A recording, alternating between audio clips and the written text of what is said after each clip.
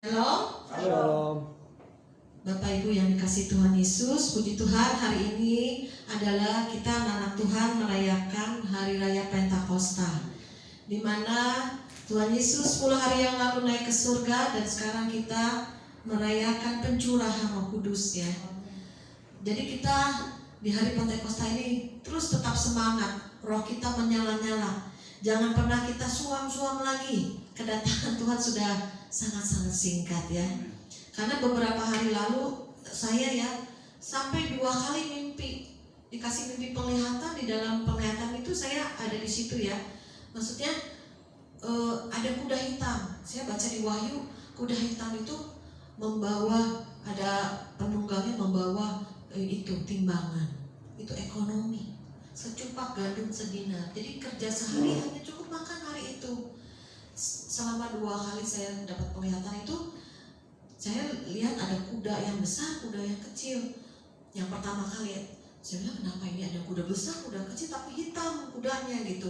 Terus mimpi yang kedua, saya lihat banyak yang rebah, banyak yang mati gitu ya. Saya bilang, dalam mimpi itu saya, ini ada apa ya? Saya bilang gitu. Itu orang pada mati, rebah karena kelaparan. Jadi dikasih hikmat Tuhan, ada kuda besar, kuda kecil. Itu orang besar, anak-anak pun mengalami masa-masa kelaparan. Nanti ke depan kita akan lebih parah. Tapi ayo, makanya hari raya Pentakosta ini ambil apinya, ambil pengurapan baru, minta sama Tuhan kuasa yang lebih lagi. Karena muridnya aja suruh tunggu, kamu tunggu di Yerusalem, jangan kemana-mana. Ya, murid-muridnya aja dia lihat Tuhan Yesus naik ke surga di awan-awan, secara real, secara kasat mata Tuhan Yesus naik sampai hilang ketutup awan. Tuhan sebelum naik itu bilang pesan, tunggu, kamu harus dipenuhi oleh kuasa yang lebih tinggi ya. Jangan dengan kekuatan kita, jangan pakai kuasa kita manusia, terbatas. Tuhan tahu kelemahan kita. Oleh sebab itu Tuhan bilang, tunggu, nantikan. Kalau aku tidak pergi ke Bapa di surga, Roh Kudus tidak akan datang ya. Sekarang adalah tugas Roh Kudus pada akhir zaman. Roh Kudus, Tuhan Yesus dan Bapa adalah satu ya. Seperti manusia ini ada tubuh, jiwa, roh. Jadi kita gak usah pusing tentang Tuhan tiga, gak usah pusing. Banyak orang muslim ya yang WA saya itu saya kadang bikin pusing juga. Karena saya di YouTube kasih nomor HP gitu kan, banyak yang konseling, banyak yang debat-debat. Saya kalau debat-debat agama males sih gitu ya. Mereka tidak paham, dikira kita agama Kristen tuh Tuhannya 3 sebenarnya. Jadi saya bilang manusia itu 3 juga, ada tubuh, jiwa, dan roh. Demikian juga Allah Bapa, Putra, dan Roh Kudus, saya bilang gitu. Jadi Tuhan kamu 2 dong, ada Bapa sama Tuhan Yesus, kata dia bilang gitu. Enggak, itu kalau Tuhan Yesus itu firman yang jadi manusia. Saya bilang Allah Bapa itu tidak terlihat, cahaya terang. Kita kalau lihat lebih terang dari matahari, tidak bisa kita melihat Allah Bapa. Tapi Tuhan, Bapa wujudkan dirinya melalui Tuhan Yesus ya. Puji nama Tuhan. Saya diingatkan Tuhan untuk bawa di dalam, kita baca ya sama-sama dalam 2 Raja-Raja 4 ayat 1 sampai ayat yang ke-7 ya. Nanti ada mujizat Tuhan ke depan kita. Jadi kita enggak usah khawatir, enggak usah cemas. Kayak Pak Joni tadi bilang, banyak yang takut beribadah karena COVID, makin bermutasi, makin ganas. Ada yang dibilang gini, dicek swab, cek antigen, negatif, ternyata virusnya udah masuk ke dalam. Katanya kalau masuk ya 2-3 hari langsung mati katanya. Saya dengar, waduh, saya sih nggak takut ya, bukan saya nantangin ya. Cuma saya bilang, saya kalau meninggal karena apapun ya, enak ketemu Tuhan ya. Kalau masih hidup, diberi hidup, masih ada tugas yang belum selesai. Tapi kalau meninggal ya udah selesai tugas kita di bumi ya, tidak ada yang kita khawatirkan. Kita baca bersama-sama dengan suara yang keras dalam 2 Raja-Raja 4 perikopnya minyak seorang janda ayat 1 sampai ayat yang 6. 1, 2, 3. Minyak seorang janda. Salah seorang dari istri-istri para nabi mengadukan halnya kepada Elisa. sambil berseru, "Hambamu suamiku sudah mati, dan engkau ini tahu bahwa hambamu itu takut akan Tuhan. Tetapi sekarang penagih hutang sudah datang untuk mengambil kedua orang anakku menjadi budaknya." Jawab Elisa kepadanya, "Apakah yang dapat kuperbuat bagimu? Beritahukanlah kepadaku apa-apa yang kau punya di rumah." Berkatalah perempuan itu, "Hambamu ini tidak punya satu apapun di rumah, kecuali sebuah buli-buli berisi minyak." Lalu berkatalah Elisa, "Pergilah, mintalah bejana-bejana dari luar, daripada segala tetanggamu, bejana-bejana kosong, tetapi jangan terlalu sedikit. Kemudian masuklah, tutuplah pintu sesudah engkau dan anak-anakmu masuk. Lalu tuanglah minyak itu ke dalam segala bejana. Mana yang penuh, angkatlah. Pergilah perempuan itu daripadanya. Ditutupnyalah pintu sesudah ia dan anak-anaknya masuk. Dan anak-anaknya mendekatkan bejana-bejana kepadanya, sedang ia terus menuang. Ketika bejana-bejana itu sudah penuh, berkatalah perempuan itu kepada anaknya, "Dekatkanlah kepadaku sebuah bejana lain." Tetapi jawabnya kepada ibunya, "Tidak ada lagi bejana." Lalu berhentilah minyak itu mengalir. Kemudian pergilah perempuan itu memberitahukannya kepada abdi Allah. Dan orang ini berkata, "Pergilah, jualah minyak itu, bayarlah hutangmu, dan hiduplah dari lebihnya, engkau serta anak-anakmu." Amin. Puji nama Tuhan ya. Pada zaman dahulu juga terjadi masa-masa yang sukar ya, di mana ini dikatakan ada seorang janda, seorang nabi ya. Nah, istrinya bertemu dengan Elisa ya, karena dia terjerat hutang. Mungkin ya hutang kan banyak macam ya, ada buat kebutuhan, mungkin ya sampai dia terlilit ya, pinjam sana sini sampai tidak sanggup bayar. Anaknya aja mau diambil untuk membayar hutang, mungkin dijadikan budak ya zaman dulu ya. Nah kemudian istri Nabi ini datang kepada Elisa, menyatakan, memberitahukan kesusahannya, penderitaannya, masalahnya ya. Seringkali kita manusia juga mempunyai problem-problem segala macam. Problem manusia ya, kita di bumi ini banyak masalah sehingga orang bilang, "Aduh capek hidup di dunia." Ya kalau kamu ngomong masalah 2 kali 1 saya bilang gitu ya, 2 kali 1 udah ya. Tapi orang anak Tuhan jangan lelah ya, karena problem-problem itu diizinkan supaya menguatkan kita, menguatkan manusia roh kita. Coba kalau nggak ada masalah ya, jadi anak-anak manja ya, anak-anak gampangan kata Tuhan, hanya susu dan dikasih susu kayak bayi gitu ya, bukan makanan keras. Tapi saatnya masalah, pergumulan, tekanan, saya juga mengalami badai dalam hidup ya. Mungkin juga ya seperti Bu yakin di tempat ini juga ya kan, mengalami masalah-masalah pergumulan. Tapi kita jangan tertekan ya, terimbas oleh masalah. Tapi kita naik lebih lagi mencari Tuhan, mengenal Tuhan, lebih lagi fokus pada Tuhan, jangan pada masalah. Pada saat fokus pada Tuhan, masalah jadi kecil. Kan firman-Nya berkata, pencobaan-pencobaan yang kamu alami, anggap pencobaan biasa, tidak melebihi kekuatanmu. Pada saat kamu dicobai, Tuhan berikan jalan keluar, berikan ada aja pertolongan, ada aja mujizat. Saya juga di tengah-tengah badai hidupnya, Tuhan bisa kasih saya ruko itu di tengah-tengah badai. Suami lagi bangkrut, suami lagi masalah ekonomi yang berat. Itu mujizat demi mujizat. Tiap hari kita bisa bersyukur, masih bisa ada sampai hari ini karena Tuhan. Ya saudara, jadi masalah itu jangan kita hindari, jangan kita mengeluh, bersungut-sungut terus. Ada loh orang dengan masalah hidupnya ngomel, sungut-sungut, iri hati dengan orang lain yang kelimpahan. Itu enak tuh punya mobil, itu uangnya gak habis-habis, ini kerjaannya enak, dia punya usaha ini, punya usaha itu. Jangan iri hati, tapi kita terus berjuang. Kita terus, misal belum ada kerjaan, ya cari pekerjaan, tanya Tuhan, atau bikin usaha apa. Jadi kita harus proaktif, jangan doa tapi kita tidak berusaha. Karena firman Tuhan, iman tanpa perbuatan itu mati, sia-sia.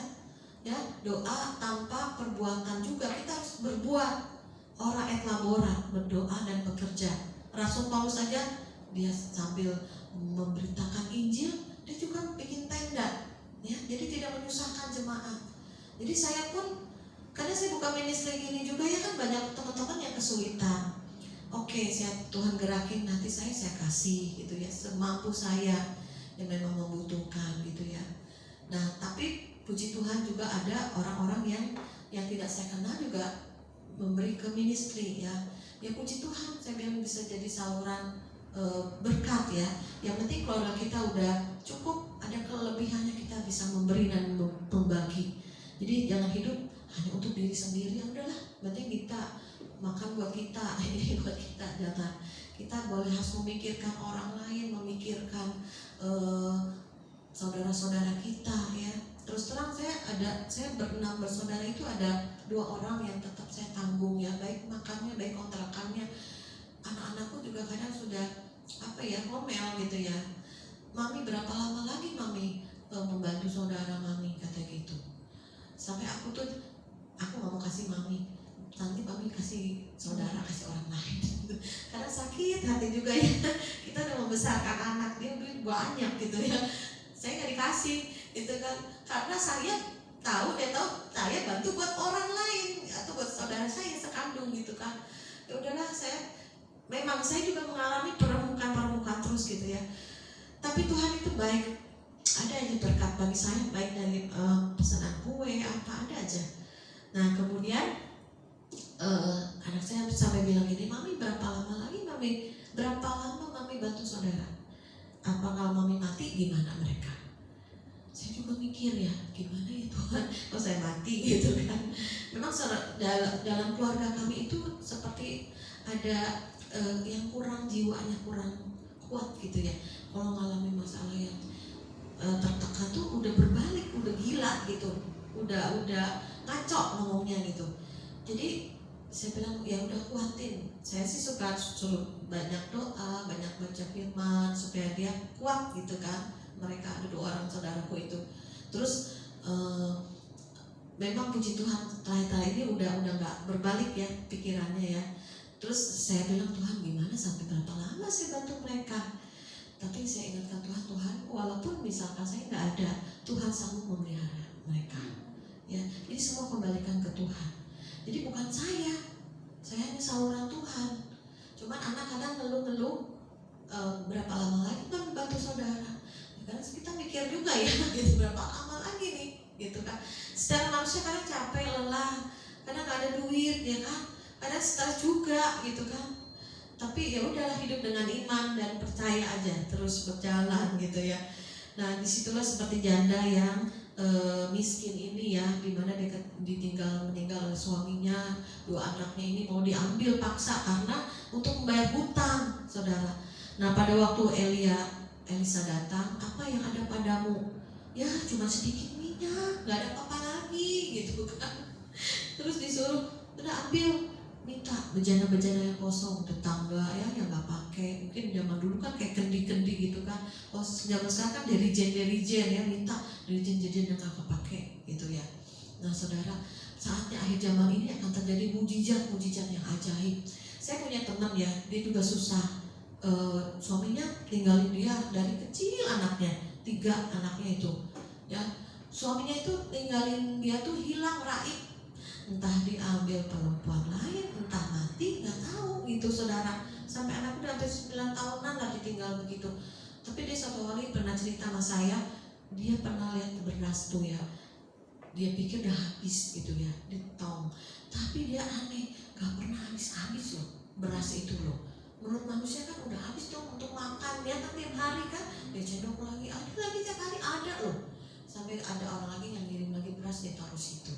Ya itu satu keajaiban saudara. Ya itu mujizat. Nanti mujizat ke depan semakin banyak, semakin supranatural, semakin ajaib, heran. Saya ada dengar satu hamba Tuhan, dia di Palembang, terus ada pelayanan ke Jakarta. Nah pada waktu dia kan harus naik tol, ya kan, dari Palembang bawa mobil loh, ya kan? Terus dia nyebrang dari naik kapal kan, dari Lampung gitu kan ke Serang, terus naik tol sampai ke Jakarta sini. Tahu nggak, bensinnya habis, pusing. Waduh, gimana nih, pas dia juga mungkin uangnya juga terbatas ya. Gimana nih di tol itu udah empty, bener-bener mobilnya udah kosong, nggak ada lagi nggak ada lagi bensin, nggak ada lagi minyak bensin. Masa mau isi aqua, saudara? Kagak mungkin. Akhirnya sambil berdoa, saudaraku, berdoa, Tuhan tolong, sampai katibakan jangan sampai mogok, saudara, mobilnya. Tapi mujizat terjadi, saudara ya. Memang akhirnya sampai ke tempat tujuan ya. Itu mujizat nanti ke depan semakin ajaib ya. Ada adik saya juga kemarin, dia ceritanya ke Bogor. Nah itu ban itu meletus di tol Jagorawi itu kan.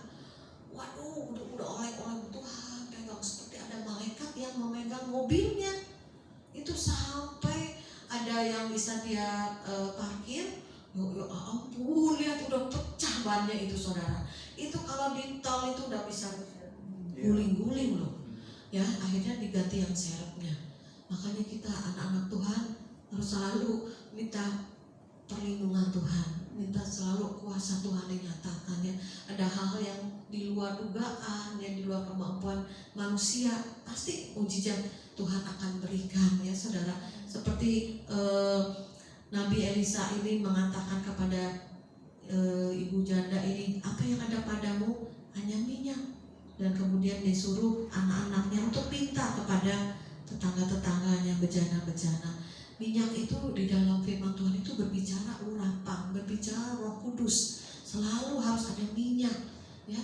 Makanya saya waktu mimpi yang belum lama saya ada share di YouTube ya, itu yang terakhir tuh berapa hari lalu gitu, cepat kuda hitam berlari.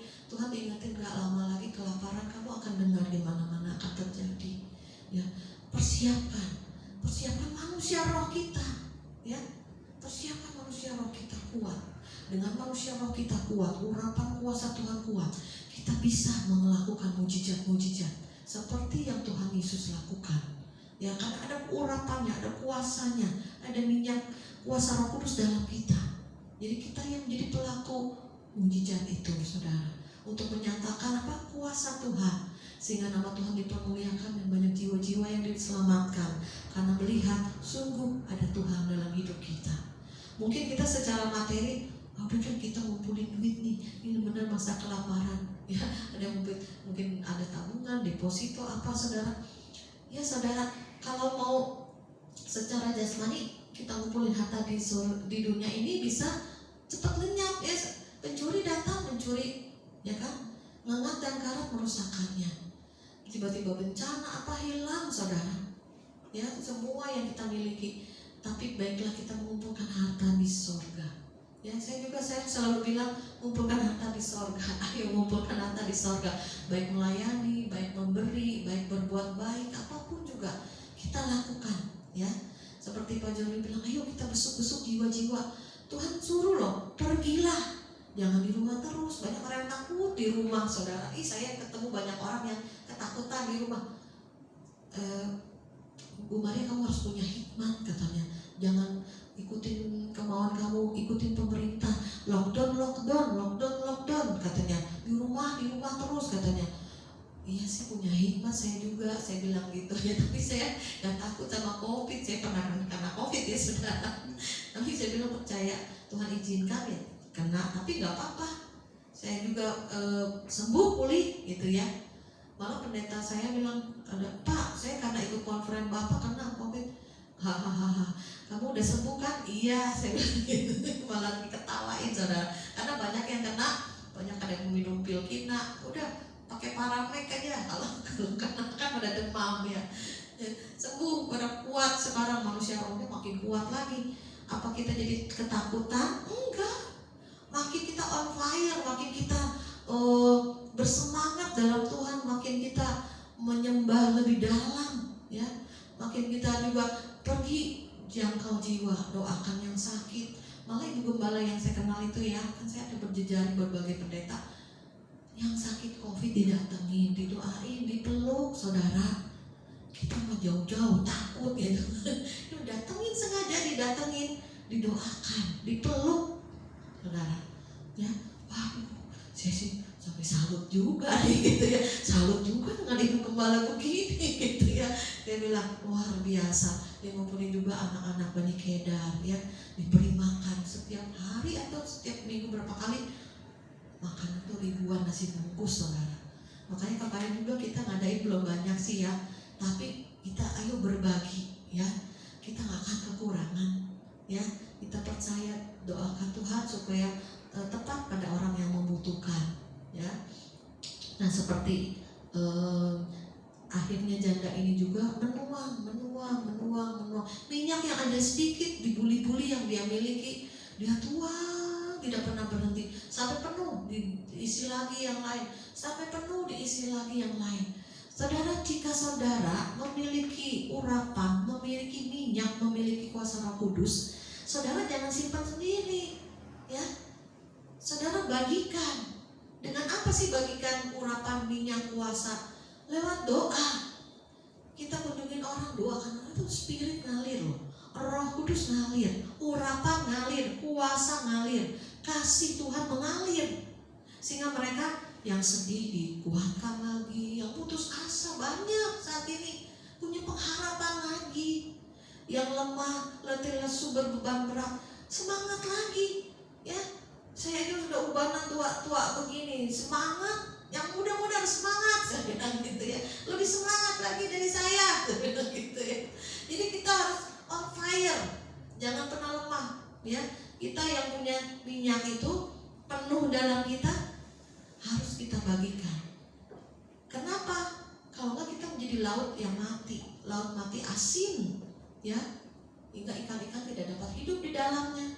Kadar kadar garamnya terlalu asin. Hidup kita juga jangan untuk diri kita, urapan, minyak, kuasa buat diri kita aja, enggak, salurkan. Cari ya, dicari bejana-bejana yang kosong, kita pergi, kita cari, kita dapati mereka yang kosong, hidupnya tanpa harapan.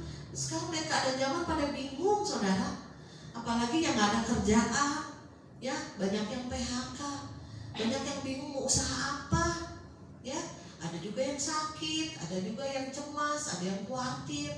Khususnya juga masalah ekonomi saat ini. Kenapa? Karena gak ada lain lawannya Tuhan, itu mamon. Bilang kalau ada uang segalanya bisa kita beli. Gak ada uang, gak ada yang bisa kita beli, katanya gitu ya saudara, kan prinsip dunia. Tapi kita anak-anak Tuhan ubah, prinsip itu ubah. Ada kuasa, daya cipta. Dari mulut ada kuasa, diperkatakan, diucapkan, sehingga mereka yang mendengar pun dibangkitkan kembali, diberikan semangat yang baru. Oh iya, bersama Tuhan kita sanggup. Saya punya teman ya, dia suaminya waktu itu nganggur lama PHK, sampai dia dagang apa tahu nggak saudara? Nasi uduk di depan rumah. Saking suaminya nggak ada kerjaan, suaminya PHK lama, tapi suaminya itu setia saudara, cinta Tuhan. Jadi kalau ada persekutuan doa gitu ya, kayak kita mah komsel ya, atau kul lah ya, LA. Nah dia main gitar, semangat, pokoknya semangat gitu ya. Saya juga salut ini. Waduh, tahu nggak saudara? Akhirnya Tuhan promosi, diketemukan dengan satu orang yang punya perusahaan. Akhirnya saudara, dia dipekerjakan di perusahaan itu. Sekarang saudara, dia bisa punya usaha sendiri, punya gudang, punya kantor, rumahnya sekarang bagus, mobilnya bagus. Dulu mah gak punya apa-apa, rumahnya jelek ya, rumahnya kecil. Tuhan bisa angkat, Tuhan promosi ya. Tapi jangan sampai lupa diri. Udah diberkati jauh dari Tuhan, untuk diri kita gitu kan. Jangan saudara ya, berkat itu bisa jadi jerat juga bagi setiap anak-anak Tuhan yang tidak mengandalkan Tuhan, tidak berakar pada Tuhan ya saudara. Nah seperti bejana ini tadi kembali dikatakan, pergilah pergilah jualah minyak itu, bayarlah hutangmu dan hiduplah dari lebihnya. Jadi selalu ada mujizat Tuhan. Kita anak Tuhan rugi kalau tidak mengalami Tuhan.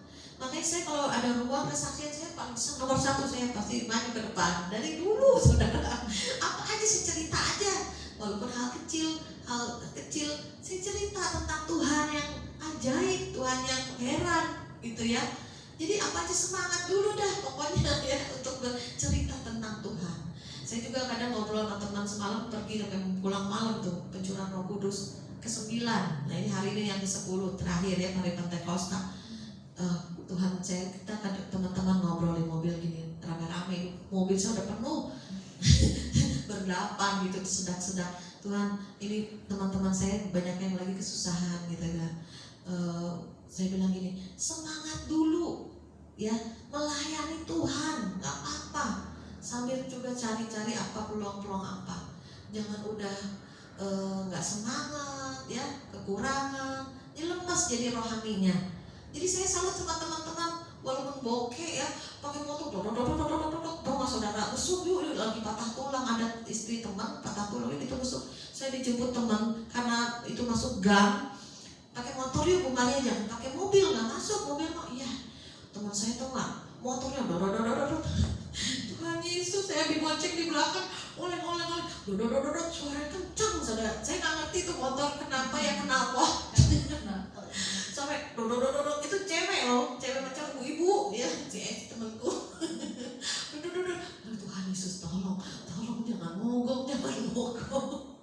Jadi kita masuk ke kampung-kampung saudara ya, sampailah kita besok teman yang lagi sakit patah tulang ya saudara. Itu teman-teman saya ajaib semua. Maksudnya walaupun dalam keadaan susah, pas-pasan, lagi tertekan, lagi mungkin uangnya pas-pasan lah semuanya gitu ya. Nah itu semangat saudara ya. Ayo Cimarada ke gerakan sini kita pergi, ke gerakan sini pergi ya. Semangat on fire semuanya ya. Jangan kita lemah, kelibas sama masalah. Nanti pada saat Tuhan pulihkan, kita menabur sambil menangis, maju berjalan ya, sambil menabur benih.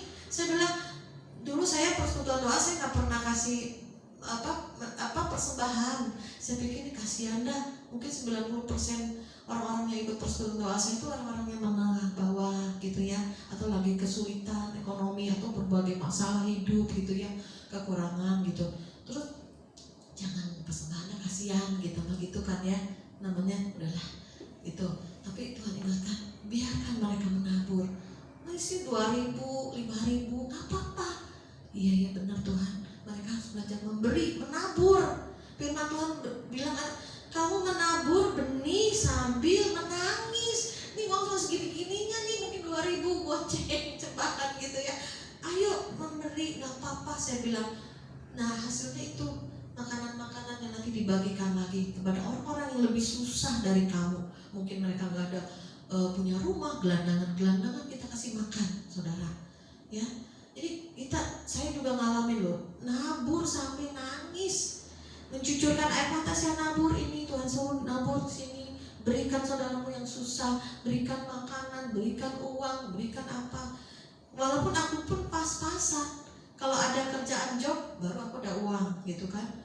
Nah gak apa-apa, Tuhan air roti serba sedikit tapi penjagamu tidak pernah meninggalkanmu. Itu aku pernah mengalami seperti itu ya. Nabur, berjalan, maju sambil menabur benih, maka engkau akan pulang dengan sorak-sorai. Engkau akan menerima apa yang engkau tabur. Engkau akan menuai apa yang engkau tabur, baik di bumi maupun di surga.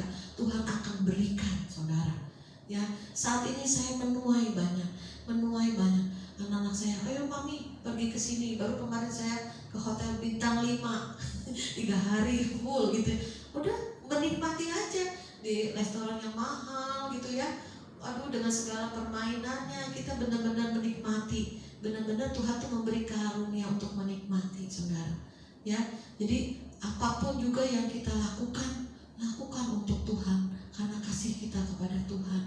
Dan bejana kita yang kosong, ayo minta diisi oleh apa? Oleh urapan dari Tuhan, firman Tuhan, kuasa Tuhan isi. Nah setelah kita ada minyak, kita penuh atau belum penuh, kita bagikan.